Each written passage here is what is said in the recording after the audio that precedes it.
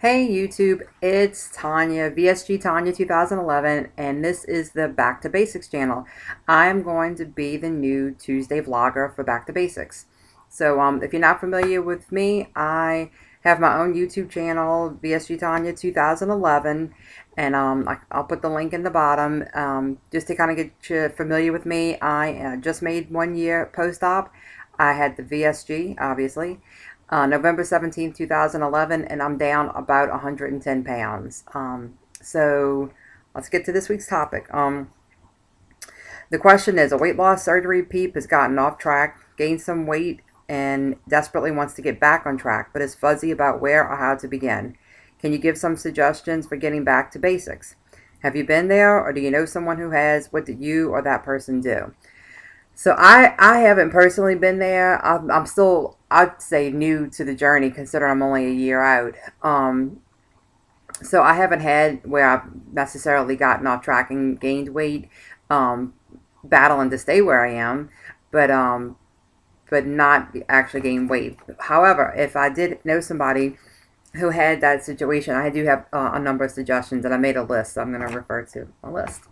The first thing I would say is to set up a no-fail environment. I remember several years ago, it had to be, I don't know, maybe 9 or 10 years ago, I have read a book by Dr. Phil about weight loss, and one of the main things I took away from his book was to set up a no-fail environment, meaning you get all the crap out of your house. Anything that's tempting to you, get out. Now, I know a lot of us who have kids and husbands who want to eat their own food, that's difficult. So you may want to just talk to them and say, you know, until I get back on track and I get my mind back in the game, is it okay if we don't have that crap in the house for a couple months or a couple weeks or whatever it is however long it takes you to get back on track? I think it's important because when you have those weak moments, if it's there, you're going to eat it. But if it's not there, you're not as likely to go get in your car and go buy it. You might, but it would just lessen those chances. So that's my very first thing, is to set up a no-fail environment. I'd also say make a list of the things that you're going to do, or that you know you need to do to get back on track. You know, like I'm going to drink 64 ounces of water a day at least. I'm going to exercise so many times a week. I'm going to eat my protein first. But, you know, and write it all down. I find when I write things down and make a list, it's like I'm committing to it. And then I'd also make a list of the things that you're not going to do anymore. Like, you know, maybe you've let bread slip back in, or you've let, you know, other kind of starchy food slip back in. You know, put that on a list. I'm not going to have specific things that you know are your trigger foods. Also, I'd say start with a couple of cleansing days. You know, 1, 2, 3 days of protein shakes and yogurts. Whenever I have a especially carby weekend, you know how we let the weekend fat girl slip in. I'll have a Monday where I'll have a protein shake for breakfast and then yogurt for the rest of the day, or maybe a protein shake for breakfast and then like mid-morning yogurt, mid-afternoon yogurt, and then a protein, like just a piece of chicken for dinner, just to kind of flush the carbs out of your system, because you know how it can make your brain crave it more. So if you have 2 or 3 days where you just flush it out completely, it seems like it's easier to get back in control of making wise food choices. So have those cleansing days. I'd also, if you make YouTube videos, go back to the beginning and watch some of your original videos when you were super motivated. You know, in the beginning, we're all on top of our game and we're all making the best choices, and you have that fire in you to make the best choices. Go back and watch those videos and try and remember where you were in that part of your life when you had that fire, and see if that'll help you rekindle that fire today. Also, I know for me, what helps get me motivated is I'll go back and watch people who inspired me in the beginning of my journey. You know, you always have, you know, a couple of people who are just your go-to people that you love to watch, and they get you fired up either for exercise or for nutrition or just spiritually. You know, they get your engines going. So go back and watch some of those old videos that inspired you in the beginning and see if you can find new inspiration in them.